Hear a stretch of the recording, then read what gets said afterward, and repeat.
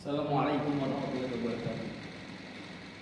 Innal hamdalillah nahmaduhu wa nasta'inuhu wa nastaghfiruh wa na'udzu billahi min shururi anfusina wa min sayyiati a'malina may yahdihillahu fala mudhillalah wa may yudlil fala hadiyalah. Asyhadu an la ilaha illallah wahdahu la syarikalah wa asyhadu anna Muhammadan abduhu wa rasuluh la nabiyya ba'da. Qala Allah ta'ala fil kitabihil karim. A'udzu billahi minasyaitonir rajim. Bismillahirrahmanirrahim. Ya ayyuhalladzina amanu taqullaha haqqa tuqatih wa la tamutunna illa antum muslimun. Wa qala ta'ala ya ayyuhalladzina amanu taqullaha wa qulu qawlan shadida yuslih lakum a'malakum wa yaghfir lakum dhunubakum wa man yuti'illah wa rasulahu faqad faza fawzan 'azima.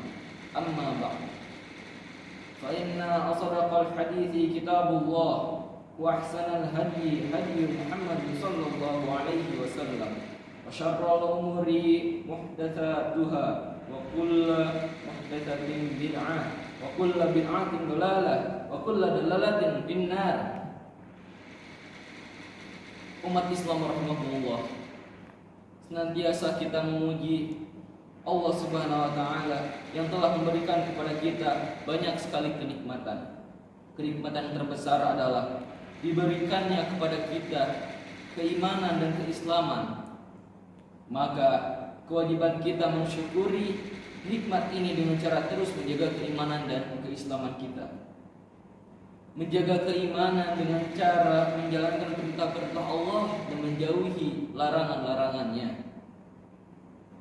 Karena sungguhnya saudaraku, melaksanakan perintah Allah itu menambah keimanan, sedangkan melakukan kemaksiatan itu bisa mengurangi keimanan. Maka apabila kita ingin menjaga keimanan kita, laksanakanlah amalan-amalan soleh yang Allah perintahkan berupa sholat. Demikian pula yang wajib maupun yang sunnahnya. Demikian pula kita laksanakan zikir kepada Allah berupa membaca Al-Quran dan yang lainnya. Mata muslimin rahimakumullah. Kemudian maksiat, ia adalah perkara yang bisa menghancurkan keimanan. Keimanan itu bisa terus menurun dan terus akan binasa apabila kita terus melakukan kemaksiatan kepada Allah Subhanahu wa Ta'ala. Di antara maksiat yang terkadang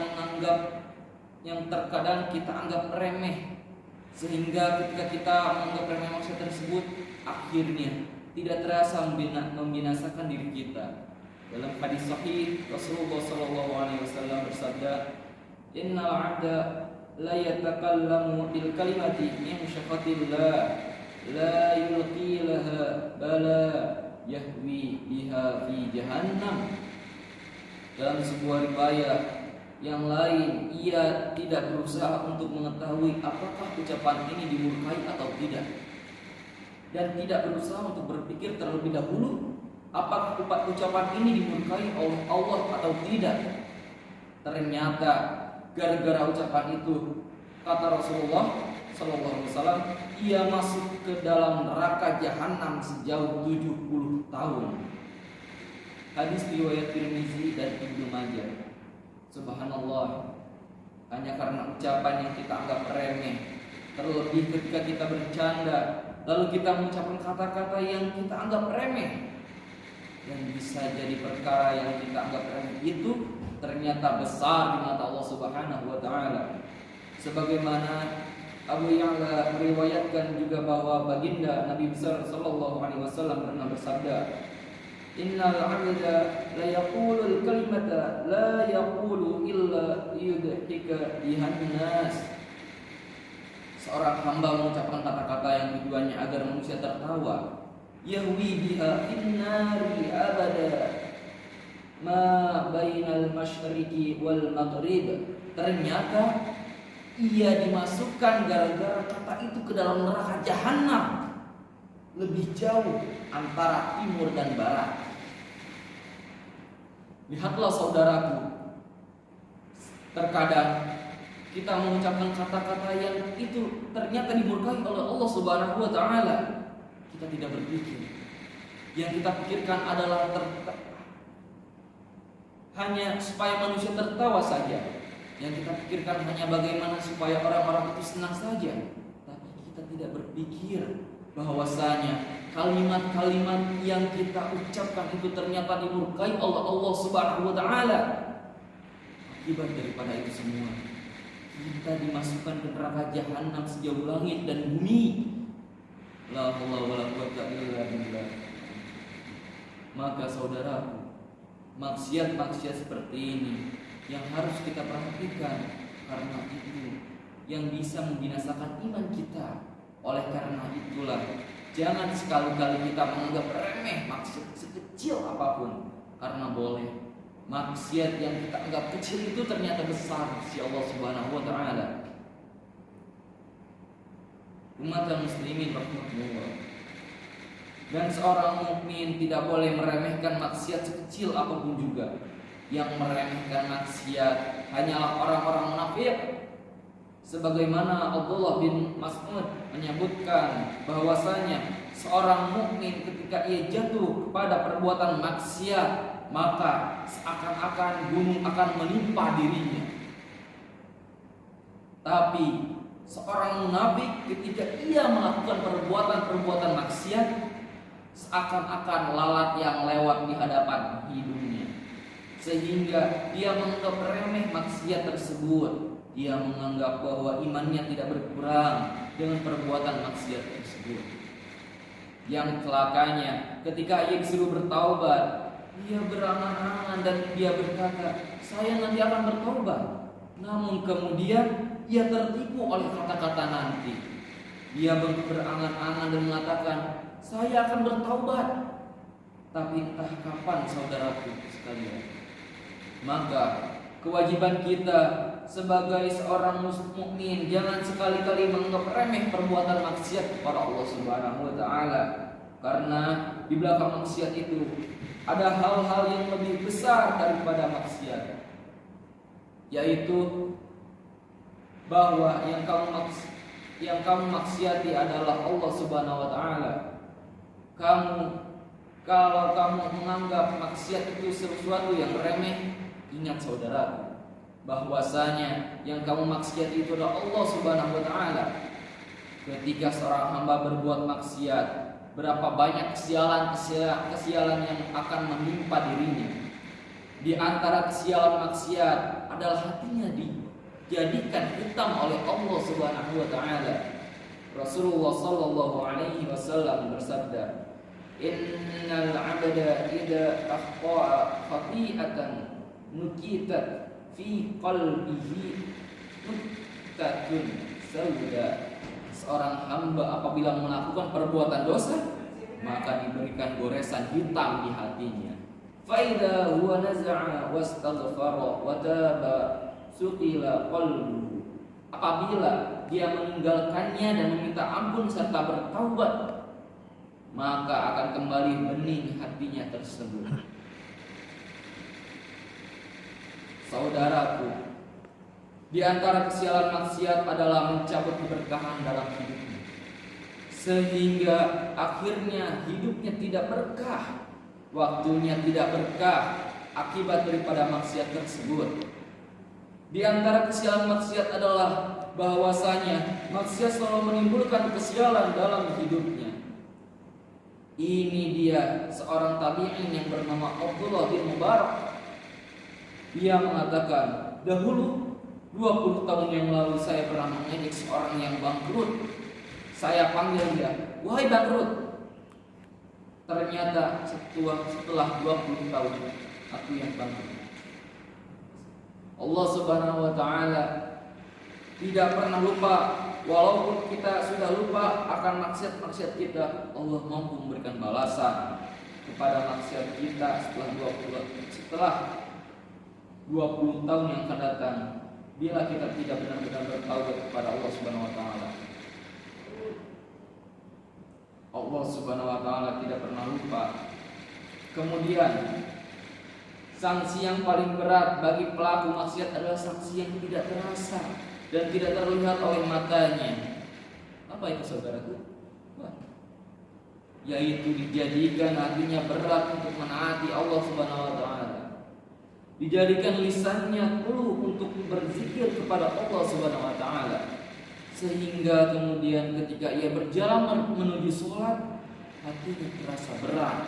Ketika ia mau tahajud, ia pun berat. Ketika ia mau berzikir kepada Allah Subhanahu wa taala, lisannya berat, lisannya keluh. Dia lebih senang bernyanyi, dia lebih senang bersyair, dia lebih senang dengan hal-hal yang tidak ada pada zikir kepada Allah Subhanahu wa taala, dengan perkara yang sia-sia. Ini adalah akibat dari perbuatan maksiat tersebut. Allah jadikan hatinya berat kepada ketaatan. Cukuplah sanksi yang berat bagi orang yang melakukan perbuatan maksiat. Hatinya telah kelam sehingga untuk menuntut ilmu dan duduk di majelis taklim saja sangat berat sekali. Sehingga pada waktu itu akan menjadikan orang yang paling juhud terhadap ilmu dan amal. Subhanallah, betapa mengerikannya maksud itu di dunia dan di akhirat. Aqulu qawla hada wastaghfirullah li wa lakum. Alhamdulillah wassalatu wassalamu ala Rasulillah an-nabiy Muhammad sallallahu alaihi wasallam wa alihi wa sahbihi wa mawalah. Asyhadu an la ilaha illallah wahdahu la syarika lah wa asyhadu anna Muhammadan abduhu wa rasuluhu la nabiyya ba'da. Umatal Islam rahmatullah. Di antara pengaruh buruk maksiat bahwasanya maksiat itu menjadikan kita rendah di dunia dan di akhirat. Kita lihat para pelaku maksiat itu, Allah rendahkan dia di dunia dan di akhirat. Siapa di antara kita yang mau disebut iblis? Iblis begitu hina di mata kita, sampai-sampai kalau dipanggil iblis kita akan marah. Mengapa? Yaitu karena Allah hinakan iblis sehina-hinanya akibat maksiatnya yang telah dia lakukan kepada Allah Subhanahu wa taala. Barangkali di antara kita tidak ada yang ingin disebut Fir'aun. Kenapa kita tidak mau disebut Fir'aun? Karena ternyata Allah telah hinakan Fir'aun sehina-hinanya akibat maksiat dan kekafiran yang ia lakukan kepada Allah Subhanahu wa taala. Demikian saudaraku, para pelaku maksiat walaupun ketika hidupnya terlihat mulia, lihatlah Fir'aun. Ketika hidupnya seorang raja, bahkan dia mengaku dirinya Tuhan, tapi ketika ia telah meninggal dunia, Allah hinakan dia. Allah jadikan namanya seburuk-buruknya. Bagi Allah itu sangatlah mudah. Allah mampu menghinakan pelaku maksiat kepada Allah Azza wa Jalla. Maka kewajiban kita saudaraku, demi Allah, kewajiban kita adalah segera bertaubat kepada Allah dan berbagai macam maksiat. Maksiat itu menjadikan seorang hamba putus dengan Allah. Hubungannya menjadi terpisah antara Allah dengan hambanya akibat maksiat. Sehingga seorang hamba ketika ia berbuat maksiat kepada Allah Subhanahu wa taala, si hamba tersebut akhirnya dijadikan oleh Allah tidak menyukai ketaatan. Nauzubillah min dzalik. Maka kewajiban kita terus bertaubat, terus minta ampun kepada Allah. Demikian yang Rasulullah Sallallahu Alaihi Wasallam diperintahkan kepada kita. Karena setiap manusia pasti tidak lepas hidupnya dari maksiat. Setiap manusia tidak lepas hidupnya daripada berbuat dosa. Akan tetapi Rasulullah Sallallahu Alaihi Wasallam memberikan kepada kita ajaran dan bimbingan agar kita senantiasa bertaubat kepada Allah Subhanahu wa taala. Rasulullah bersabda, "Ya ayyuhan nas, ya ayyuhan nas, ya ayyuhan nas, tubu ila Allah wastaghfiru fa inna atubu fi yaumil mi'ati marrah." Wahai manusia, taubatlah kalian kepada Allah dan mohonlah ampun kepada Allah, karena aku setiap harinya, kata Rasulullah, bertaubat dan minta ampun 100 kali.